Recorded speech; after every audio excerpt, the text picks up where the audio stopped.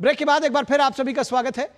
और संसद में चर्चा के बीच हेडलाइन वाला एजेंडा, आखिर क्यों इसको लेकर आना चाहता है विपक्ष और इसके पीछे का एजेंडा क्या है, इस पर हम चर्चा करेंगे और आपको बताएंगे कि आज की क्या रही है बड़ी खबर संसद से। 18वीं लोकसभा में राष्ट्रपति के अभिभाषण पर चर्चा का आज पहला दिन था, लेकिन हंगामे के कारण लोकसभा सोमवार तक के लिए स्थगित हो गई। राज्यसभा में तो जरूर ये चर्चा आगे बढ़ी, लेकिन लोकसभा सोमवार तक स्थगित हो गई क्योंकि हंगामा हो गया। चर्चा के बीच हंगामे से साफ हुआ कि लोकसभा परिणाम से उत्साहित विपक्ष का एजेंडा सिर्फ मोदी सरकार पर निशाना साधना है। लोकसभा में नेता प्रतिपक्ष राहुल गांधी ने राष्ट्रपति के अभिभाषण पर चर्चा से पहले नीट मामले पर चर्चा की मांग की और स्पीकर ओम बिरला ने नियम का हवाला देते हुए कहा कि राष्ट्रपति अभिभाषण पर बोलने के लिए पर्याप्त समय दिया गया है और स्पीकर ने कहा कि आप इस पर विस्तार से अपनी बात बता सकते हैं, यानी कि जो नीट का विषय है उसको भी आप इसमें उठा सकते हैं। लेकिन विपक्ष अपनी मांग पर अड़ा रहा कि चर्चा सिर्फ नीट पर होगी। मतलब साफ है कि विपक्ष नियमों के मुताबिक अपनी शर्तों पर चर्चा चाहता है। सवाल यह है कि राष्ट्रपति ने अपने अभिभाषण में नीट पेपर लीक पर चर्चा की थी। सरकार के प्रयासों के साथ नीट के विषय में लीक को रोकने के लिए सख्त कानून पर चर्चा राष्ट्रपति ने भी की थी और राष्ट्रपति के अभिभाषण पर चर्चा करते हुए राज्यसभा सांसद सुधांशु त्रिवेदी ने विस्तार से सरकार का पक्ष रखा। सुधांशु त्रिवेदी ने कहा कि दरिया का सारा नशा उतरता चला गया, वो मुझको डुबाता रहा और मैं उभरता चला गया। विपक्ष की सारी कोशिशें धरी की धरी रह गई, लेकिन पीएम मोदी को तीसरी बार प्रधानमंत्री बनने से नहीं रोक पाए। राहुल गांधी सहित गठबंधन के सांसद संविधान की कॉपी लहराकर सरकार के खिलाफ भ्रम पैदा करने की कोशिश करते रहे, लेकिन राहुल गांधी नहीं चाहते कि इमरजेंसी के 50 साल की चर्चा सदन में हो। कांग्रेस आपातकाल पर निंदा प्रस्ताव से आहत हुई है। राहुल गांधी ने लोकसभा अध्यक्ष के सामने आपातकाल की निंदा प्रस्ताव पर अपनी नाखुशी जाहिर की। कुछ मीडिया रिपोर्ट्स ऐसा बताती हैं। कांग्रेस पार्टी चुनाव से लेकर अब तक संविधान को लेकर सरकार के खिलाफ दुष्प्रचार करती रही, लेकिन अब कांग्रेस पार्टी मोदी सरकार के काउंटर अटैक से आहत हो रही है। स्वस्थ लोकतंत्र में चर्चा जरूरी है, यह बात विपक्ष को समझनी होगी। सिर्फ हेडलाइन बनाने के कारण अगर सदन न चले तो इसका नुकसान देश को होगा। यह बात समझने की जरूरी है कि लोकतंत्र में चर्चा जरूरी है। सिर्फ हेडलाइन बनाने के कारण अगर सदन नहीं चलता है तो निश्चित तौर पर देश को नुकसान होता है। और लोकसभा में नेता प्रतिपक्ष राहुल गांधी ने राष्ट्रपति के अभिभाषण पर चर्चा के दौरान नीट के मामले पर चर्चा की मांग की। क्या कुछ कहा उन्होंने, आइए आपको दिखाते हैं। मैं आपको पूर्व में बता चुका हूं कि आप विषय राष्ट्रपति अभिभाषण में रखें। अभी आपका नहीं सर, कोई हम रिकॉर्ड में नहीं जाएगा, इसलिए मेरा आग्रह है उनको,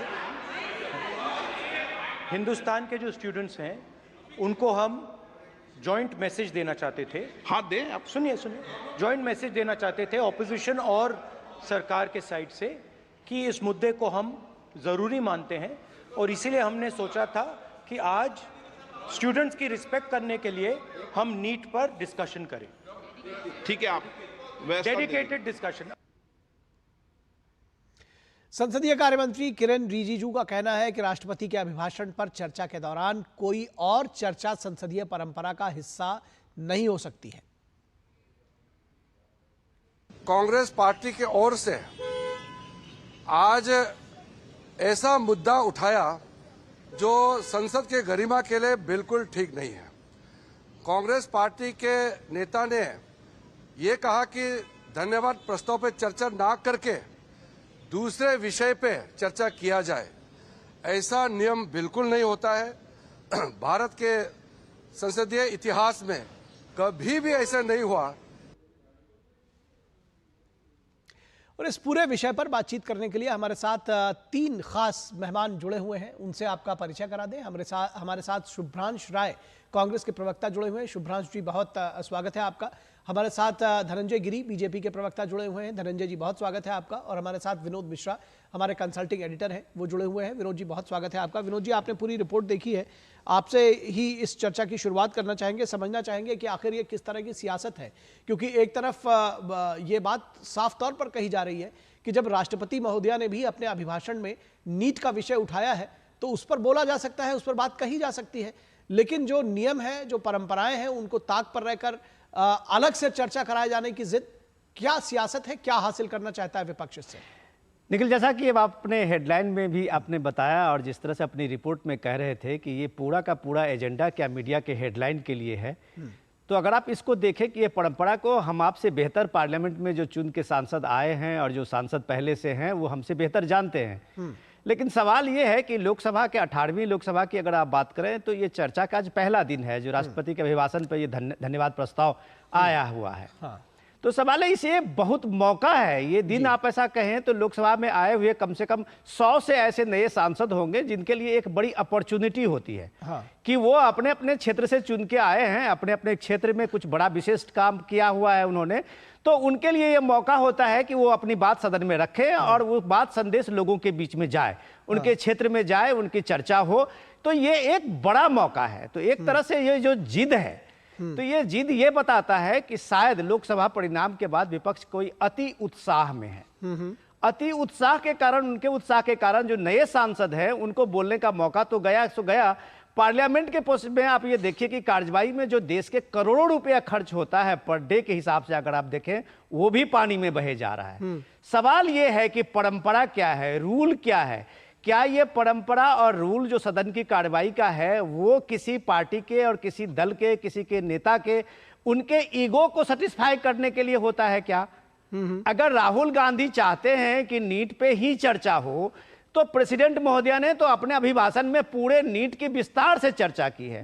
उन्होंने सरकार की जो अब तक की कार्रवाई है उसकी चर्चा की है, सरकार अब क्या ठोस फैसले लेने जा रही है उसकी चर्चा की है। उन्होंने नए कानून जो बने हैं इस लीक के बारे में, पेपर लीक के बारे में, सख्त कानून, उसकी बात राष्ट्रपति महोदय ने की है। इतनी सारी चीजें आपके सामने में है जिसपे आप खुल के बोल सकते हैं।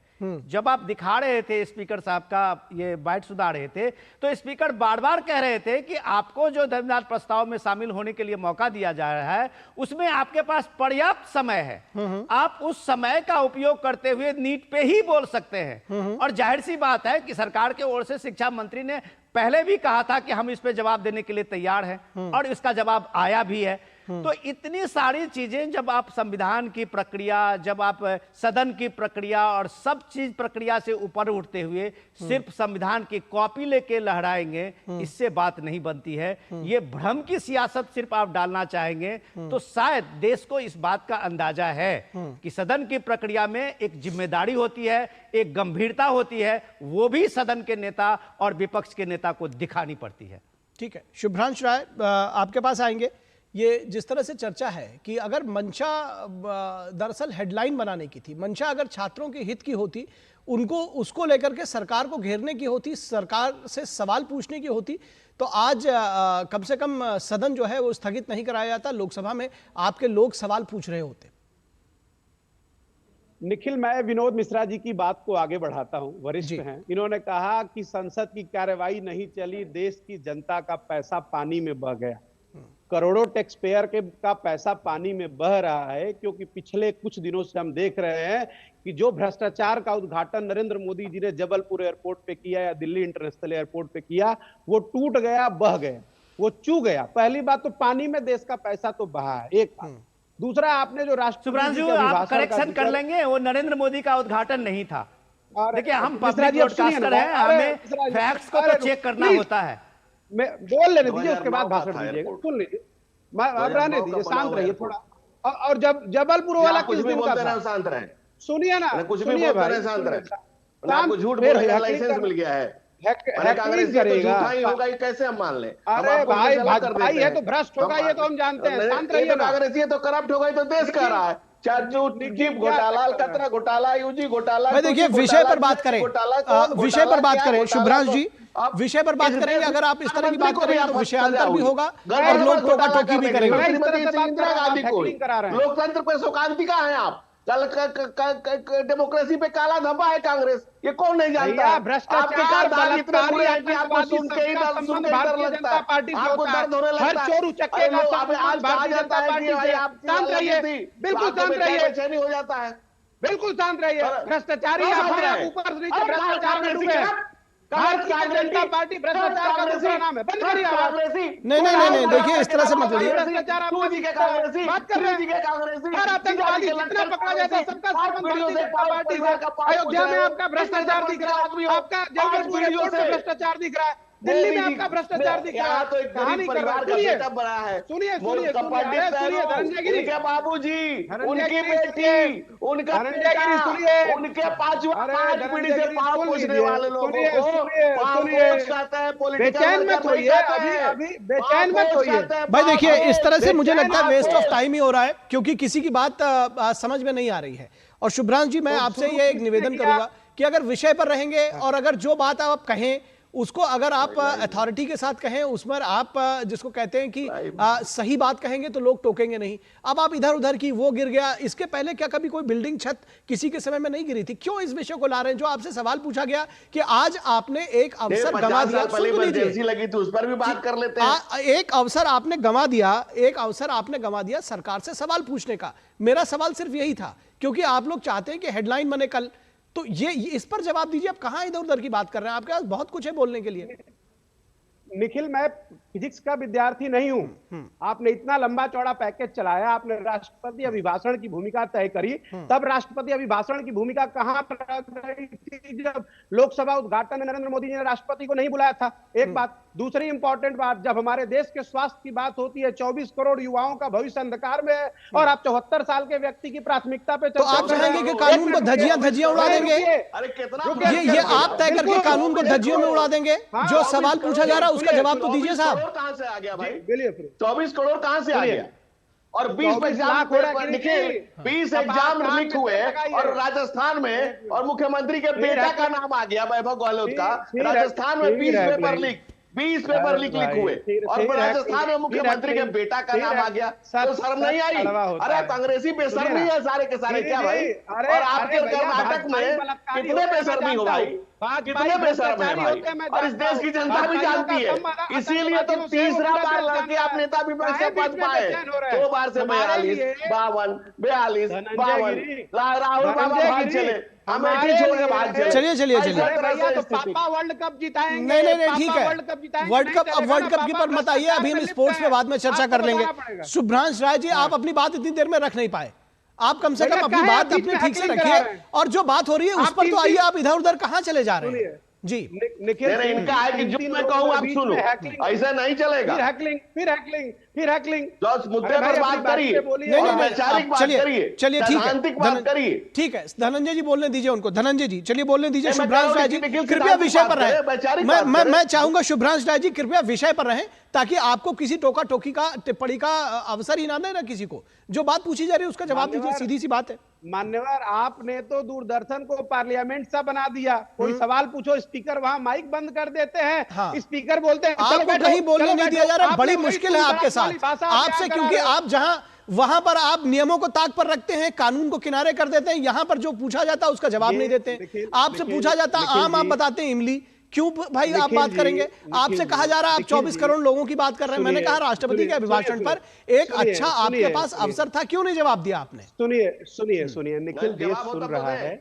हमारे लिए 24 लाख है, 24 करोड़ अपने मन से मत चढ़ जाइए। 24 लाख युवाओं का भविष्य पहले आता है, क्योंकि आपका और विनोद मिश्रा जी का भविष्य सुरक्षित है। 24 लाख जो हमारे देश की सुरक्षा को सुरक्षित करने वाले, अगर हमारा हेल्थ सुरक्षित नहीं रहेगा और उस डॉक्टरी में अगर घपला हुआ है और वो घपला भारतीय जनता पार्टी के सानिध्य और छतरी के नीचे हुआ है, तो इसकी जांच होगी और इसके लिए आवाज उठाया गया है। तो कहां कौन मना कर रहा है आवाज उठाने के लिए आपको? वही तो सवाल है आपसे कि वो सवाल उठाइए, उठाया क्यों नहीं? वही तो उठाया जा रहा है। कहां उठाया? वही उठाया, कहां उठाया? आपने तो सदन में स्थगित करा दिया। कहां उठाया? वही तो सवाल पूछ रहे हैं आपसे। मेजर सवाल तो वही है कि आपके पास अवसर था, आपने सवाल क्यों नहीं उठाया? जी, जब सवाल उठाया गया और स्पीकर महोदय को लगा कि भारतीय जनता पार्टी का जो भ्रष्टाचार का संबंध नीट के एग्जाम से जुड़ा हुआ है या जितने पेपर लीक के मामलों से जुड़ा हुआ है उसकी कल ही खुलेगी, इसलिए उन्होंने माइक बंद कर दिया। आज देश देख रहा है एक कि स्पीकर की कुर्सी पर बैठा सर्वमान्य व्यक्ति जब भी उससे कोई सवाल जो देश हित का है और देश के भविष्य से जुड़ा हुआ है, अब देखिए, अब आप फिर गलत बयानी कर रहे हैं। अब आप गलत बयानी कर रहे हैं। आपने कहा कि आपको इस पर अलग सेशन चाहिए, आपने कहा सदन स्थगित करके अलग से चर्चा कराएंगे, जबकि कहा यह गया, मैं इसमें धनंजय गिरी को लाऊंगा। धनंजय गिरी जी, आपको लगता है कि ये इस पर अलग से चर्चा की मांग के बजाय अगर इनके पास मुद्दा था तो ये सीधा सीधा उसी विषय पर कर देते? स्पीकर तो बार बार कह रहे थे कि आपके पास विषय है, आपके पास समय है, आप चाहते तो सवाल उठाते, जो मैं कह रहा हूं इतनी देर से। निखिल जी, लोकतंत्र की शान पर विपक्षी घमासान का घाव वर्षों तक लोकतंत्र को सालता रहेगा। इनका लहजा बता रहा है कि ये ताकत नहीं है और संविधान केवल जिल्द नहीं है, अच्छा, बेहतर समाज जुम्मा केवल विरोध के लिए विरोध नहीं है करके आप ताकत और पांच पीढ़ियों से अंधकार में डालकर आप जो रावण की तरह घमंड कर रहे हो और आप हमें समझा रहे अरे भोंकने का काम आपका पुराना, हम जानते हैं। आप गांधी परिवार के घर के बाहर भोंकने वाले ही कांग्रेस में रहते हैं, तो भोंकने का काम और संविधान में करें, संविधान का यहाँ करें। भाई गांधी का परिवार हेमंत जी ने कहा था ना कि कांग्रेस में वही पेटी को जो बिस्किट खिलाया जाता है वही कार्यकर्ताओं को भी खिलाया जाता है, जो राहुल बाबा अच्छा, शुभ्रांश जी, वही आप लोग को भी खिलाते हैं। और ये हेमंत विश्व शर्मा ने पब्लिकली शुभ्रांश जी कि वही पीडी को जो बिस्किट खिलाया जाता है वही। शुभ्रांश जी, आप कह रहे थे कि आपका माइक बंद कर दिया जाता है वहां पर, यहाँ पर आप किसी को बोलने नहीं दे रहे, तो ऐसे कैसे चलेगा भाई? वाला बिस्किट खा रहे इसलिए चिल्ला रहे। एक एक करके बोलिए ना, एक एक करके बोलिए, जो खाते हैं वही वहां चिल्लाते हैं। तुमको डंडा भी पकड़ा दूंगा। एक एक करके बोलिए, एक एक करके बोलिए, एक एक करके बोलिए, एक एक करके बोलिए, पहले एक एक करके बोलिए। मैं चाहता हूँ धनंजय गिरी जी आप अपनी बात समाप्त कर लें। तो बात कर रहे हो, मर्यादा कांग्रेसियों को सीखनी पड़ेगी। चलिए अब चलिए, मर्यादा की बात ना करें, एक दूसरे पर कटाक्ष ना करें। मैं चाह रहा हूँ धनंजय गिरी जी आप अपनी बात रखें, शुभ्रांश जी थोड़ा सा शांत हो जाए। एक सुन ले, पहले सुन ले, पहले सुन ले, पहले सुन ले, पहले सुन तो ले। तुम कल भी चलते थे, तुम आज भी चलते हो, तुम भ्रष्टाचारी कल भी थे, तुम भ्रष्टाचारी आज भी हो, तुम्हारे बाप दादा भी भ्रष्टाचारी तुम भी हो। राहुल परिवार के पीढ़ी का बिस्किट खाने वाले, राहुल गांधी के पीढ़ी का बिस्किट खाने वाले, पीढ़ी का सार्वजनिक रूप से बिस्किट खाने वाले। और मैं एक बात बीच में नहीं, सैद्धांतिक बातें जब की जा रही है तो बिना मतलब के फालतू बातें नहीं। चलिए मैं आप दोनों लोगों को रोकूंगा, इस तरह से चर्चा आगे नहीं चलेगी, इस तरह से चर्चा आगे नहीं चलेगी। मैं आप दोनों लोगों को रोकूंगा। पहले सबसे आपको दिखाता हूं कि शिक्षा मंत्री धर्मेंद्र प्रधान, सुनिए, आप दोनों लोग रुकिए, पीढ़ी का बिस्किट खाने वाले, आप दोनों लोग रुकिए, आप दोनों लोग रुकिए। इस तरह से नहीं होता है कि कोई किसी को कुछ समझ नहीं पा रहा है। मैं इस बीच में शिक्षा मंत्री धर्मेंद्र प्रधान का क्या कहना है वो आपको दिखाता हूं। उन्होंने कहा कि नीट मामले में जांच एजेंसियां अपना काम कर रही हैं, विपक्ष सिर्फ भ्रम फैलाने की कोशिश कर रहा है, हम हर तरह की चर्चा पर के लिए तैयार है। आइए आपको सुनाते हैं क्या कहा उन्होंने। सरकार किसी भी प्रकार की चर्चा के लिए तैयार है, लेकिन सब परंपरा और मर्यादा के अंदर होनी चाहिए। जब कल परम आदरणीय राष्ट्रपति महोदया जी ने अपने प्रारंभिक भाषण में परीक्षा के ऊपर खुद ही एड्रेस किया, ये सरकार की इंटेंशन को प्रतीत करती है कि हम कोई भी विषय को सामना करने के लिए प्रस्तुत है, जो तथ्य हम समाज में रखना चाहते हैं। अगर आज प्रतिपक्ष धन्यवाद प्रस्ताव पे चर्चा करते हुए, जिसको दोनों सदनों के अध्यक्ष ने उनको यही परंपरा की याद दिलाई कि राष्ट्रपति अभिभाषण के उपरांत जो धन्यवाद प्रस्ताव होती है, उस समय में कोई आर्जनमेंट मोशन वगैरह, स्थगन आदेश वगैरह का कोई उसका परंपरा इस हाउस में नहीं है। जब राष्ट्रपति जी ने खुद परीक्षा को उल्लेख किया है, आप उसको धन्यवाद प्रस्ताव में बोलते हुए आप आपकी मत रखो, आपको जो कहना है, जो आलोचना करना है, जो सुझाव देना है रखो। हम तो प्रारंभिक दिनों से कहते हैं कि हमारी दायित्व, सरकार की दायित्व देश की नौजवानों की प्रति है, देश के विद्यार्थियों की प्रति है। हम सारा विषय स्पष्टता के साथ आप लोगों के माध्यम से देश के सामने रखे हैं। ठीक है, एक बार वापस चर्चा में जोड़ेंगे शुभ्रांश राय और धनंजय गिरी जी को। विनोद मिश्रा भी हमारे साथ जुड़े हुए हैं। धनंजय गिरि जी, एक बार वापस आपके पास जाते हैं। बहुत देर से हम ये कह रहे हैं, देखिए एक बार बहुत शांत भाव से आप दोनों हमारे खास मेहमान सुने, शुभ्रांश जी आप भी और धनंजय गिरि जी आप भी, जब एक दूसरे के खिलाफ इस तरह से पर्सनल अटैक करने लगेंगे, जो मूल विषय है वो चर्चा से हट जाता है। फिर ये लगता है कि उन्होंने हमारे बारे में बोला है, हमारे बीच में बोला है, तो मैं कैसे जवाब ना दूं। तो इसलिए बेहतर है कि हम विषय पर ही रहें। शुभ्रांश जी आपसे भी मेरा यही निवेदन है, और धनंजय जी आपसे भी। धनंजय जी आपसे जो मूल विषय था उस पर मैं चाह रहा हूं, आपको क्या लगता है कि विपक्ष की मंशा क्या है?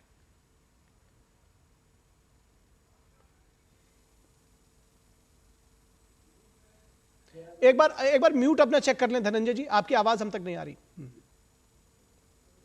देखिए निखिल जी, मैं कई बार कहता हूं हाँ। कि हम लंबे समय तक विपक्ष में रहे और असहमतियों के सम्मान लोकतंत्र है। प्रधानमंत्री जी ने जब खुद कहा कि ये सरकार बनती बहुमत से है, चलती सर्वमत से, सभी को लेकर के चलना, और लोग कहते हैं ना, शब्द मुग्ध कोई शब्द नहीं है हमारे यहाँ, मंत्र मुग्ध शब्द है। नरेंद्र मोदी का दिया हुआ मंत्र है कि सबका साथ, सबका विकास, सबका विश्वास और सबका प्रयास। हम लंबे समय तक विपक्ष में रहे, कांग्रेस लंबे समय तक सत्ता में रही है, विपक्ष में रहकर भी हमने नजीर पेश किया और राष्ट्र हित के मुद्दे पर हम लोग कांग्रेस के साथ खड़े रहे। दल से बड़ा देश है, ये हमारे श्रद्धेय नेता ने कहा था कि पार्टी आएंगी जाएंगी, बनेंगे बिगड़ेगी, ये लोकतंत्र रहना चाहिए। लेकिन अगर हम ये कोशिश करें, हम राहुल गांधी गलत सही हो सकते हैं लेकिन हमसे बड़े नेता है, उसी तरह से आदरणीय हमारे जो साथी पैनलिस्ट है नरेंद्र मोदी गलत सही हो सकते हैं लेकिन उनसे बहुत बड़े नेता है। तो हम किसी व्यक्ति पर पर्सनल अटैक करने से पहले ये सोचे कि हम वैचारिक बात करें। आज हम पार्लियामेंट की जिस चर्चा के बाद लोकतंत्र के व्यापक हित के प्रति सांस्कृतिक और प्रतिगामी शब्दों का इस्तेमाल,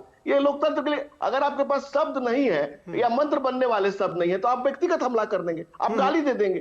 गाली की जरूरत तभी है जब शब्द कम पड़ जाए। हम कह रहे हैं कि आज विपक्ष को हल्ला करने की जरूरत इसलिए पड़ रही है कि विपक्ष को अगर बात हम करें कि राजस्थान में 20 पेपर लीक हुए और उसमें सीएम अशोक गहलोत के बेटे पर केस चल रहा है, वहां के एक मंत्री पर केस चला, तो बात इसकी नहीं है। बात है कि 2006 में आप चले जाइए, यूपी में तमाम पेपर लीक हुआ अलग अलग सरकारों में, आप तमिलनाडु में तो 10th और 12th का पेपर लीक हुआ। विषय वो नहीं है, विषय है कि क्या पेपर लीक पर सिर्फ हंगामा खड़ा करना है कि वो 25 लाख जो 16-17 साल के 20 साल के बच्चे हैं वो कल कोई कदम न उठा ले, उनके साथ हम एक साथ खड़ा हो जाए। हम अपने झाँव कभी भी कर सकते हैं, अनेक विषय हैं देश में जिस पर हो सकता है। और इस देश में तो एक प्रधानमंत्री को सजा हुई थी गलत चुनाव में मालिक फंक्शनिंग के लिए, वो भी कांग्रेस की थी। लेकिन कांग्रेस इतने समय तक लंबे तक सत्ता पे रही है, उनके पास तमाम आरोप लगे हैं और कांग्रेस पिछले 3 चुनाव में जितना नहीं जमा कर पाई उतना हमारे पास अभी है। पिछले 40 सालों में 230 सीट कांग्रेस को नहीं मिली है। उन सब बातों को छोड़ करके अगर ये परंपरा है, ये स्वस्थ परंपरा है कि राष्ट्रपति के अभिभाषण पर आप राष्ट्रपति कह रहे हैं, महिला की बात करते हैं, आप आदिवासियों की बात करते हैं, आप पिछड़े की बात करते हैं, आप दलित, और वो महिला है, दलित और आदिवासी है, अगर आप उनकी बात सुनने को तैयार नहीं, आप राष्ट्रपति के उस मूल्यों के, लोकतंत्र के मूल्यों का सम्मान करने के लिए तैयार नहीं। विपक्ष व्यक्तिगत तौर पे मैं आपको गाली दे दूं या आप मुझे गाली दे, संस्कृति नहीं, ये विकृति है और विकृति की जरूरत क्यों पड़ रही? मैं कहता हूं कि नरेंद्र मोदी इस देश के प्रधानमंत्री हैं और राहुल गांधी इस देश की पार्लियामेंट के एलओपी हैं।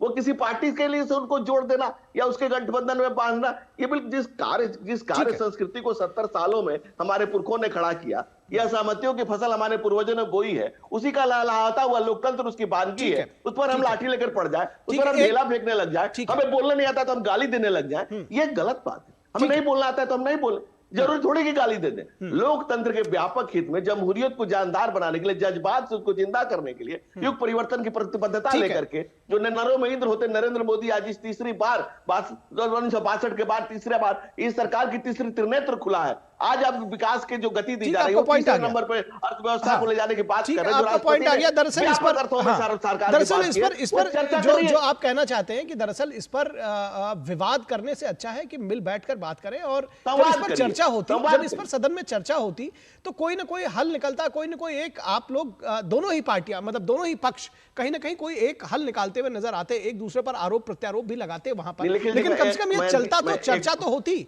और विषय यही है।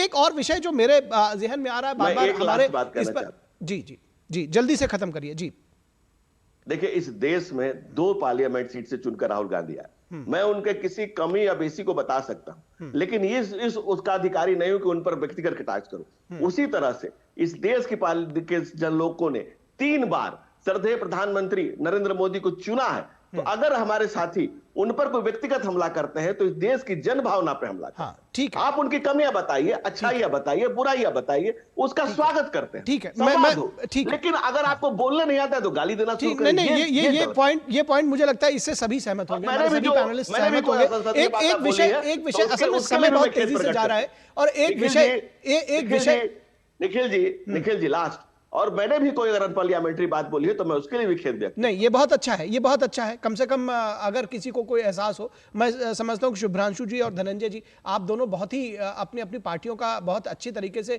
यहाँ पर रिप्रेजेंटेशन पहले भी करते रहे हैं और इस तरह का भाव होना चाहिए कि एक दूसरे को बोलने दिया जाए, स्पेस दिया जाए, एक दूसरे के खिलाफ व्यक्तिगत तौर पर ना बोले, और किसी को लगता है कि कुछ गलत हो गया है तो एक दूसरे को माफ करके आगे बढ़ना चाहिए। बहुत अच्छा है ये।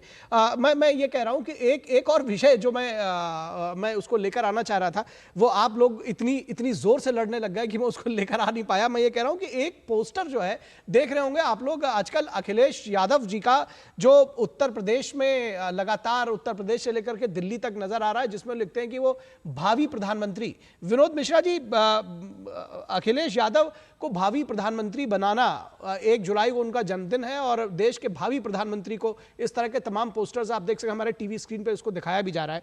तो इसको ठीक है, उनके जो समर्थक हैं, जो उनके पार्टी के लोग हैं, उनको कद्दावर बता सकते हैं, उनके अंदर क्षमता है, उनके अंदर प्रतिभा है, वो प्रधानमंत्री बन सकते हैं। कल कौन क्या होगा इसके बारे में कोई कुछ नहीं कह सकता। हालांकि इसमें जो दूसरे लोग हैं वो भी कह सकते हैं कि सपने देखने की कोई मनाही नहीं है, शेख चिल्ली भी सपने देखा करते थे।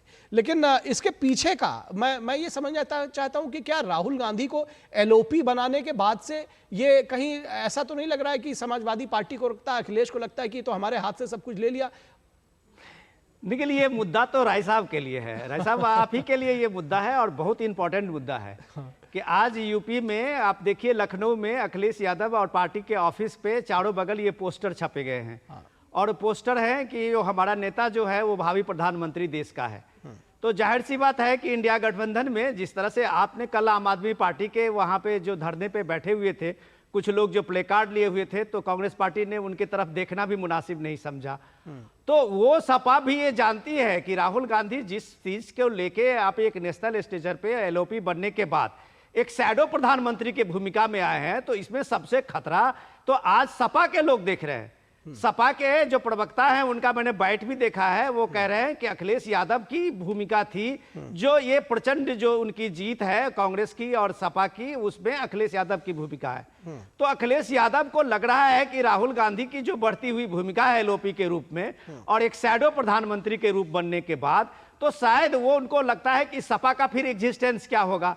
तो ये आपको पहले अपने घर संभालना चाहिए कि इंडिया गठबंधन में जो अंडरस्टैंडिंग आपकी अलग अलग पार्टियों का है, वो हम लोग देख रहे हैं कि पिछले इस समय लोकसभा के स्पीकर के चुनाव के बाद, फिर आम आदमी पार्टी के साथ में जो केजरीवाल के जेल जाने के बाद, तो ये सारे मुद्दे के साथ में ये सपा के तरफ से ये जो पोस्टर है भावी प्रधानमंत्री का, वो भी एक तरह से इंडिया गठबंधन में खास करके कांग्रेस पार्टी के लिए भी एक आईना दिखाने का है कि ये नेता कब बनने की रीजनल के क्षेत्रीय छत्रप जो हैं वो कम से कम इस चीज को कभी भी स्वीकार नहीं करेंगे कि आप बाकायदा एक एलओपी के रूप में आप सारे पार्टियों की अपनी अपनी जो महत्वाकांक्षा है उसको सीज कर ले।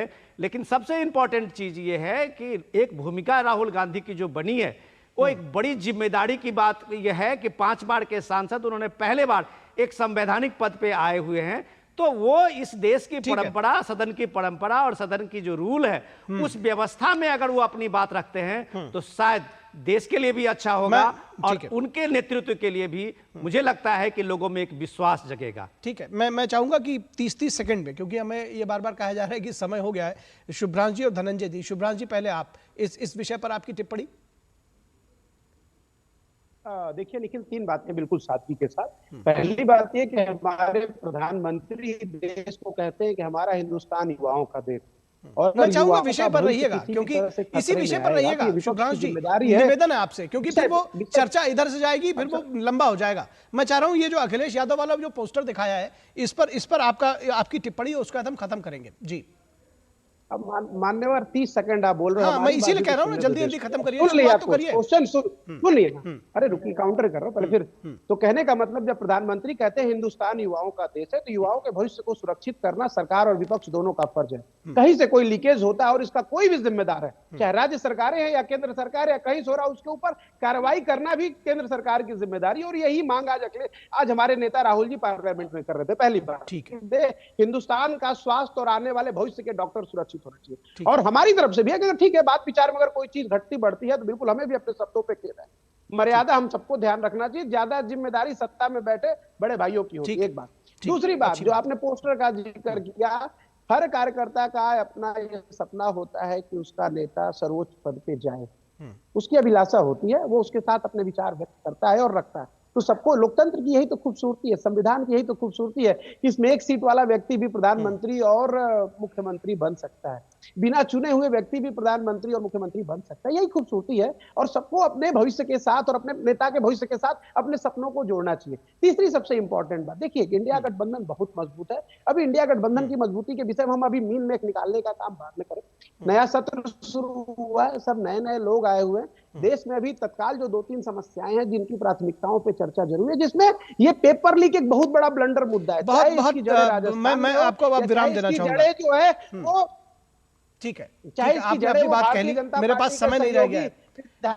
आपने अपनी बात कह ली। मैं समझता हूं कि आपको जो कहना था वो आपने कह दिया। धनंजय गिरी जी, बहुत जल्दी से समाप्त करिएगा। उनको तो मैंने 30 सेकंड में कहा था, वो माने नहीं। मुझे उम्मीद है कि आप मानेंगे।